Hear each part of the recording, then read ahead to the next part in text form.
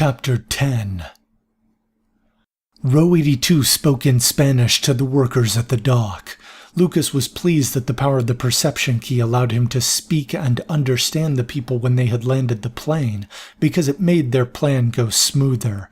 As funny as it had been to watch lizards shouting in English with air quotes at confused workers, he was glad he was not in a similar situation. After bartering with supplies, they were able to obtain a small but sturdy boat. Lucas was able to use his key to borrow the skills of the sailors in the area, and before long they were underway. Being in the air had seemed exhilarating, but the constant motion on the sea was less so. Though he had been amazed at first by the sheer volume of water, as the land faded from his vision, he found himself feeling a bit isolated. He tried to put these concerns out of his mind as he steered the small boat. After a couple hours, Stephanie approached him. "Hello, Stephanie," said Lucas. "Everything going smoothly with the engine?" "Yes," she replied with her text-to-speech tablet.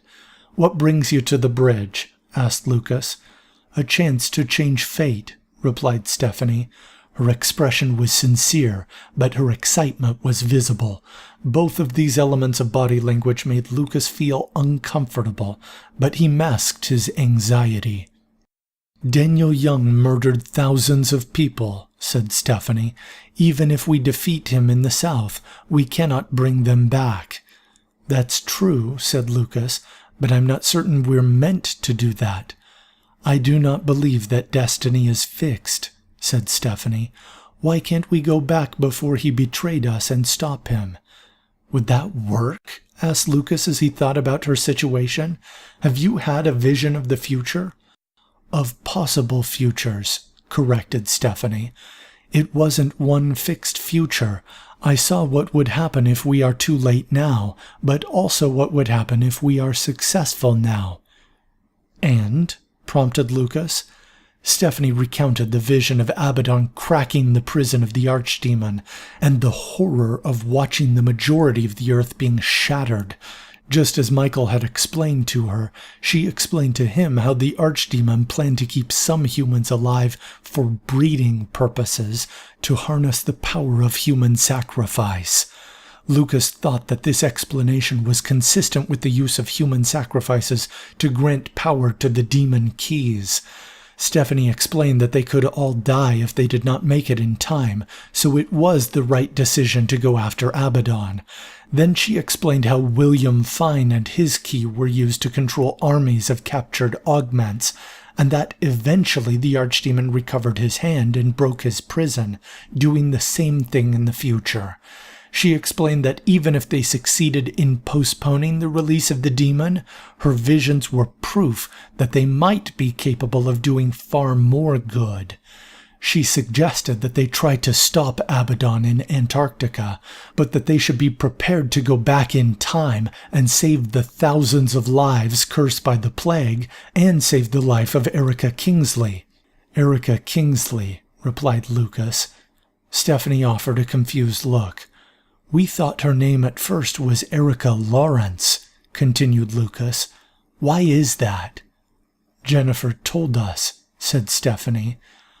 "I happen to know, courtesy the Key of Origins, that her name was Erica Lawrence until she married Peter Kingsley, and Jennifer should have known that too," said Lucas.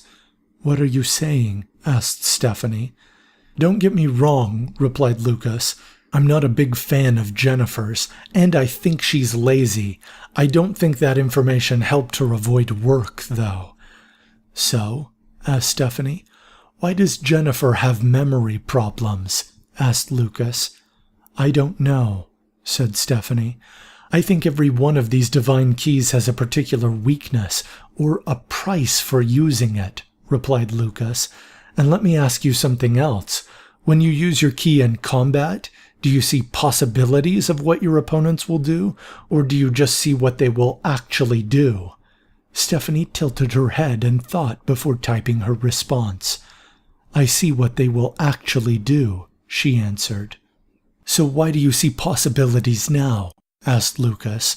That seems inconsistent, unless you were seeing the future plans of individuals based on possibilities they have considered. Stephanie frowned. She realized that she had been hasty in wanting to go back and express her desire to change time, but she had anticipated enthusiasm instead of criticism. She typed into her tablet. You say that each key has a weakness, and seem to imply that Jennifer's memory issues were a side effect of her time travel, said Stephanie. Why was her memory not impaired when we came to this time? Daniel Young was the one that said her memory was affected by drugs administered by the slavers that had captured her in our time, replied Lucas. He lowered his voice and looked Stephanie in the eye. Although I have made it a point to question everything that man told us. The slavers from whom we rescued her seem to confirm that idea, and we have no way of knowing how that interacts with time travel. Stephanie considered his point and then continued typing. I wanted you and Row 82 to help come up with a strategy to see if it was possible to save the people that Daniel Young murdered, said Stephanie. She typed again rapidly. When you have time to think about it, tell me if my desires are misplaced. Stephanie walked out of the bridge, leaving Lucas to consider what she had said. Lucas did want to undo what Daniel had started, but the more he thought about it, the more he thought that there was no way it could be as easy as going back in time and killing Daniel. He also considered that Stephanie had seen possibilities in her last vision. He had leaned back and forth in the debate as to whether they were being guided by destiny, or whether free will was the explanation for everything that had happened.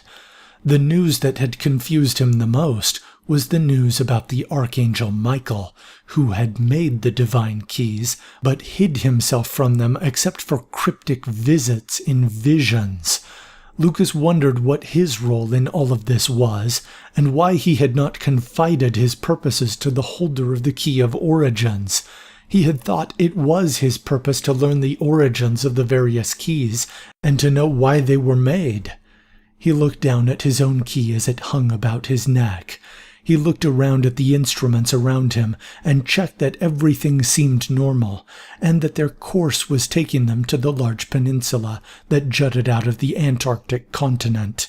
Satisfied that he had some time, he gripped his key. His eyes glowed brightly as he slipped out of the conscious world and into the world of his visions. "I take it Stephanie Mason spoke to you?" asked Michael. Lucas spun around and saw him standing behind him. "Michael, is that right?" asked Lucas.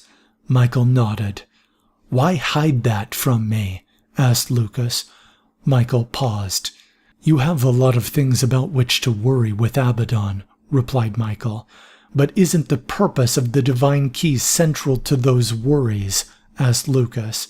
"Not directly," replied Michael.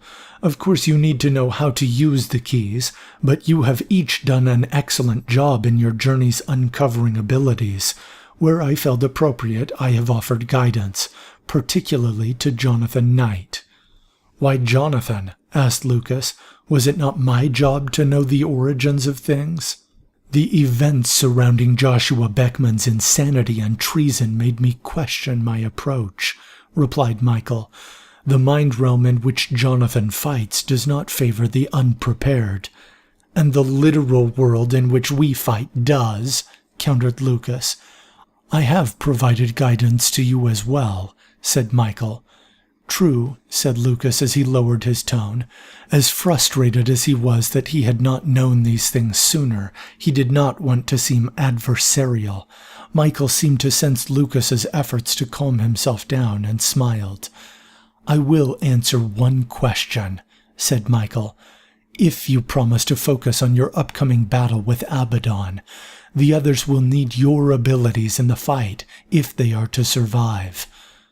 Lucas paused as he considered what one question he wanted to know more than any other. He wondered why Michael looked like Victor, and why, if Victor was so important, he had not revealed himself to him. He wanted to know why he could not join in their fight against Abaddon if he acknowledged that it was important. He wanted to know the answer to Stephanie's hypothetical question. He wanted to know whether destiny or free will reigned. He wanted to know the answers to dozens of scientific and historical questions. After a moment, he posed his question.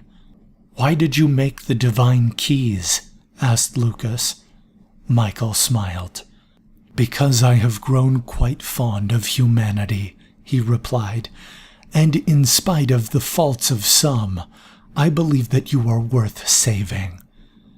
The sincerity of his voice and the deep blue in his eyes conveyed a warmth beyond his words.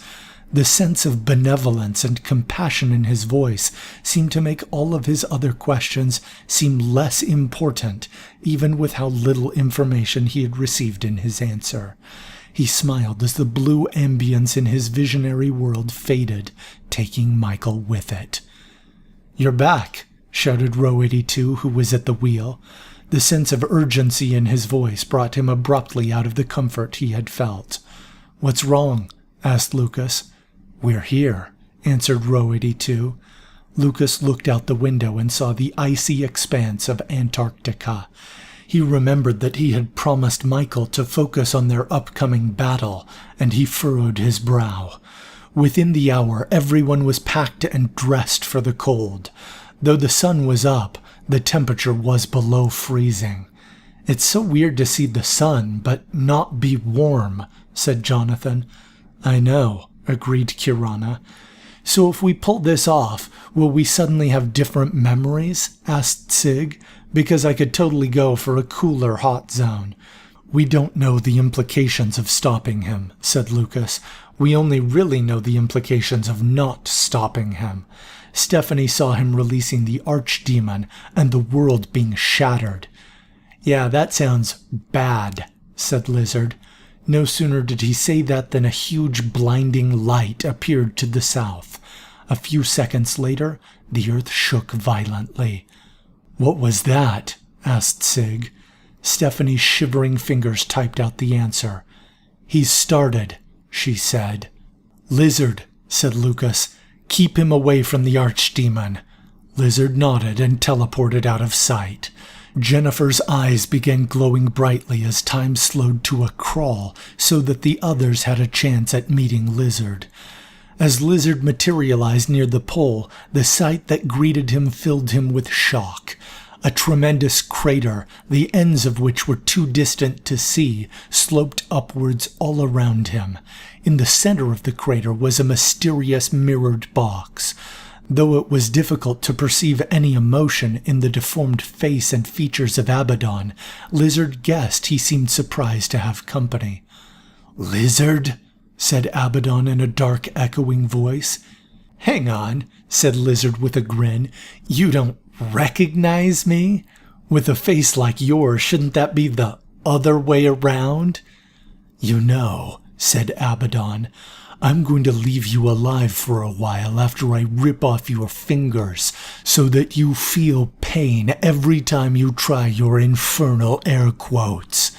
Lizard laughed and teleported behind Abaddon. Abaddon whirled around angrily. "First you have to catch me," he said with air quotes as he disappeared. Abaddon shouted angrily as he spun around. The battle between the Destroyer and the Council of Nine had begun.